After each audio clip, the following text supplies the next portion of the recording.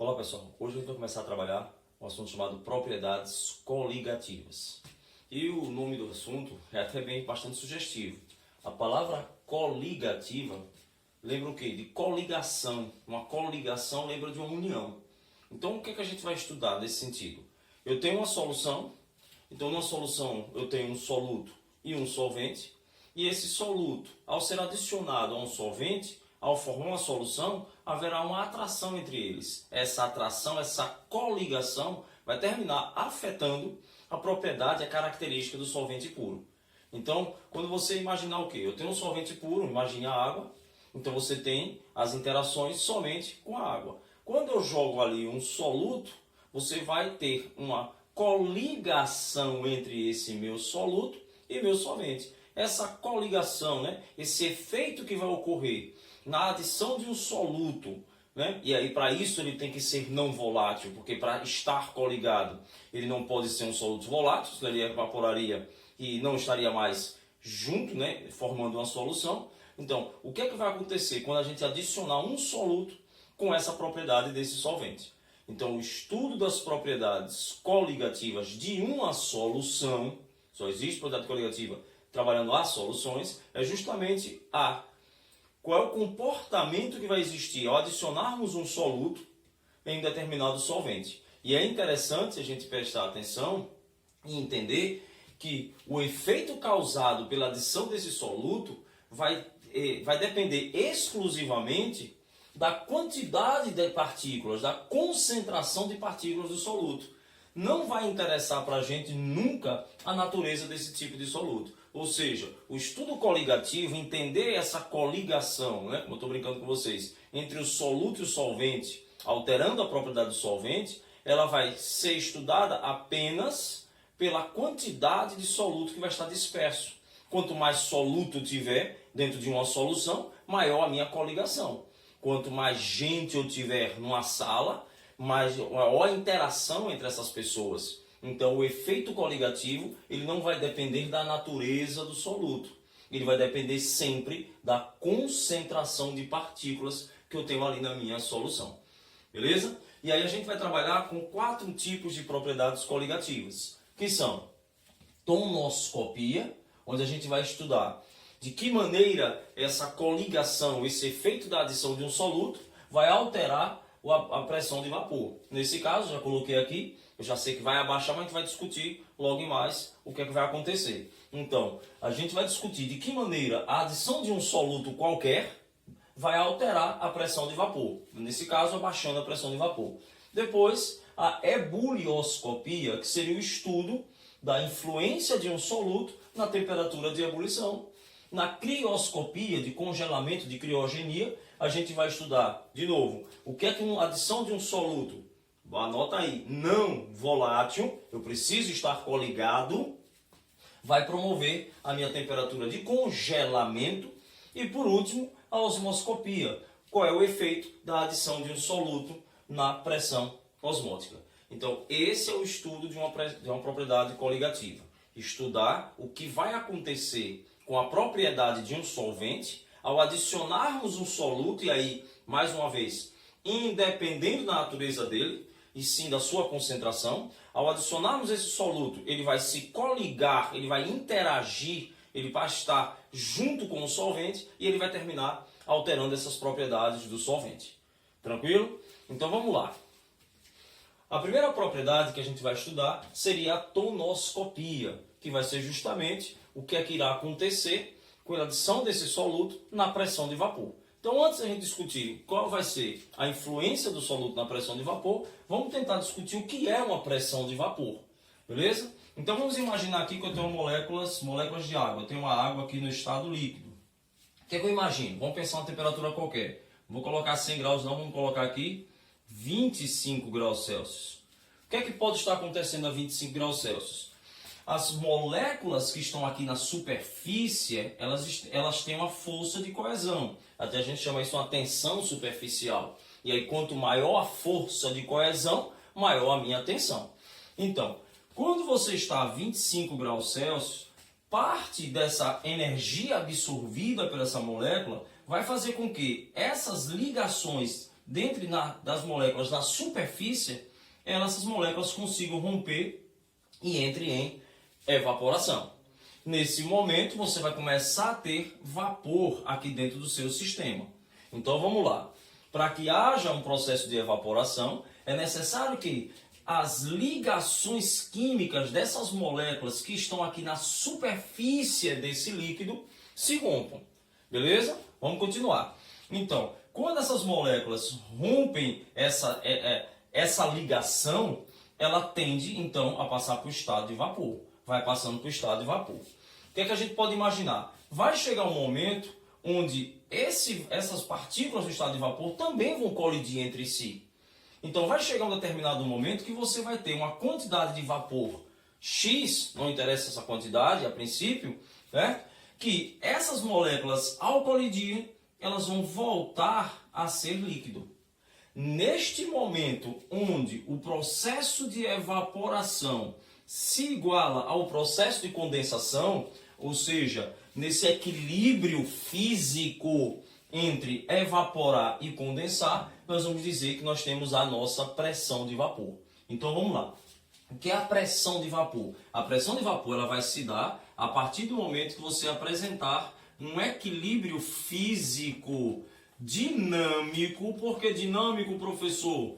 Porque você não deixa de evaporar. A questão é que quando você começa a evaporar e começar a ter muitas partículas no estado gasoso, essas partículas começam a se colidir, elas saturam esse ar, esse ambiente e vão promover a formação da condensação.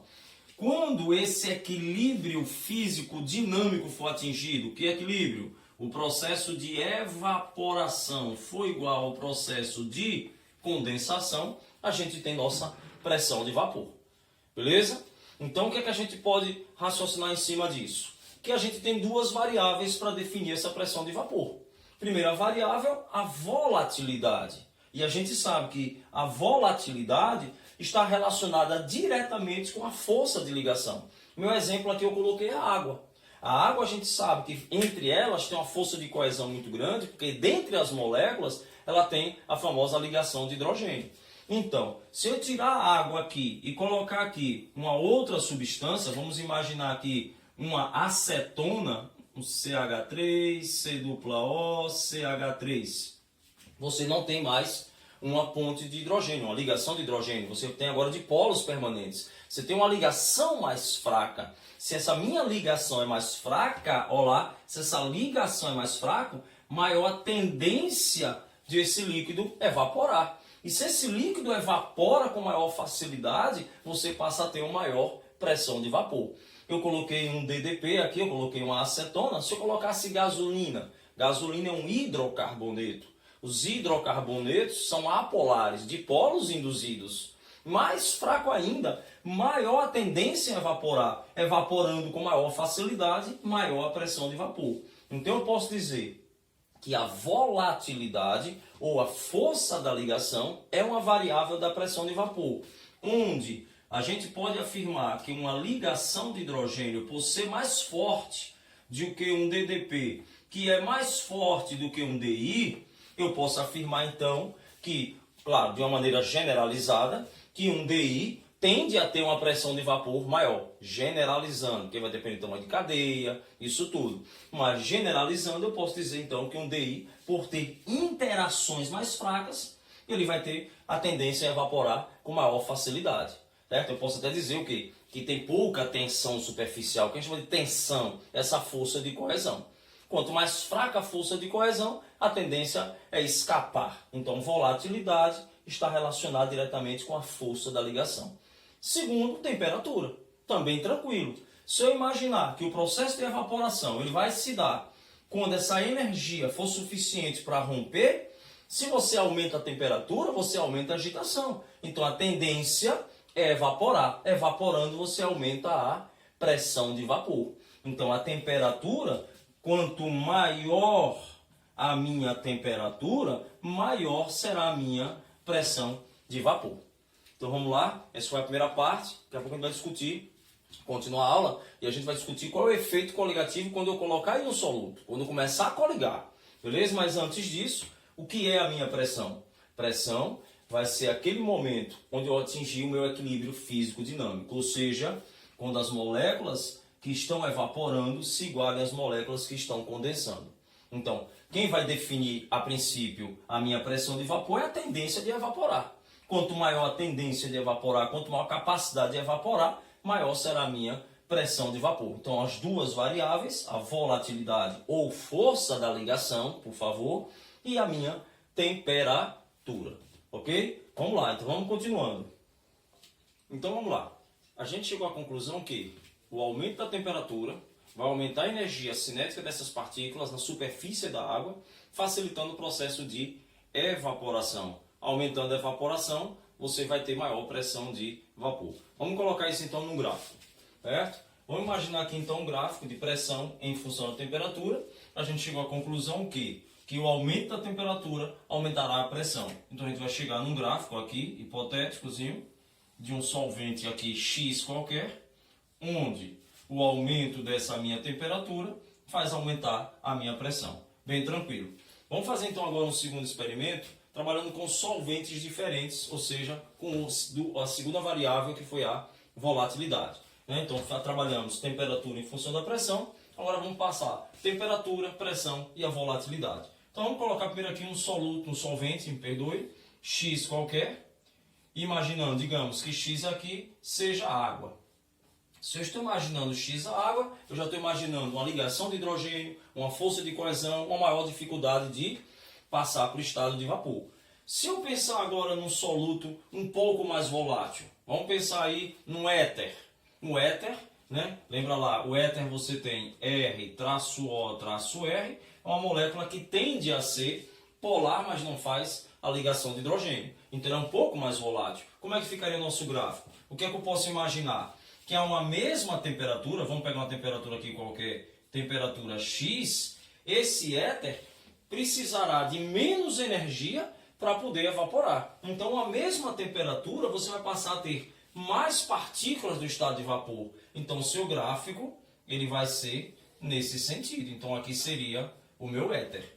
Beleza? Tudo tranquilo? Se eu colocasse um soluto menos volátil do que X, você vai ter para cá. Vamos fixar de novo. Se você tem uma temperatura fixa, você jogar aqui para cima, você vai encontrar sua pressão de vapor. Se você continuar, vou encontrar a minha outra pressão de vapor. O que eu percebo aqui? Que a pressão de vapor de Y, a mesma temperatura é maior do que de X. Isso implica dizer o quê? Que mais moléculas de Y passaram para o estado de vapor. Então, maior pressão de vapor, porque ele é mais volátil. Agora vamos ver como é que ficaria o nosso assunto, né? Que é justamente entender o que é que vai acontecer quando tiver a minha coligação. Estou brincando, mas para facilitar, né? Quando eu coligar o soluto com a água, né? Vou trabalhar como solvente a água, o que é que vai acontecer? Vamos lá, uma explicação menos física, né? Menos termodinâmica e uma explicação mais simples seria a seguinte. Você tem aqui, se o meu soluto não é volátil, ele não tende a evaporar, mas isso aqui é uma mistura homogênea. Então, em todas as partes desse sistema, você tem a mesma proporção. Aqui é um solvente puro, ok? Aqui você tem um soluto. Então, em todo um ponto desse sistema, você tem uma única característica. Onde eu quero chegar? Que na superfície desse líquido aqui, eu só tenho moléculas de água. Essas moléculas de água ganhando energia, elas tendem a evaporar e atingir a minha pressão de vapor. Neste caso, quando eu coloco um soluto, eu passo a ter soluto também aqui na minha superfície. Eu não passo a ter só água. Lembre que a mistura é homogênea. Não tem soluto numa parte e só água na outra. É todo um sistema idêntico com característica. Então, se existe soluto também aqui na minha parte, aqui na minha superfície, esse soluto não vai evaporar. Então eu vou ter menos quantidade de água para evaporar. Se eu passo a ter menor quantidade de água, a quantidade de água que evapora aqui é menor. E aí vamos imaginar, quanto mais concentrado eu tiver, significa dizer que menos água eu vou ter. Se menos água eu vou ter, menos evapora. Então qual foi a conclusão que a gente chegou? Se eu chamar aqui agora de pressão P e aqui de pressão de vapor P', P será maior do que P'. Ou seja, a adição de um soluto tende a abaixar a minha pressão de vapor. Por quê, mais uma vez? Porque como o soluto está também aqui na superfície você vai disponibilizar menos água para passar para o estado de vapor. Então eu posso dizer que a adição de um soluto não volátil, beleza? Ele vai diminuir a quantidade de evaporação da água, eu tenho menos água disponível para isso, portanto a adição de um soluto vai promover o abaixamento da pressão de vapor. Certo? Então essa foi a nossa primeira propriedade coligativa, ela é a maior, é um pouquinho mais complexa, mas é bem tranquilo, certo? No finalzinho de todas as aulas a gente vai dar aquela famosa dica e aí fica fácil para vocês ao menos visualizarem a parte teórica, ok? Abraço.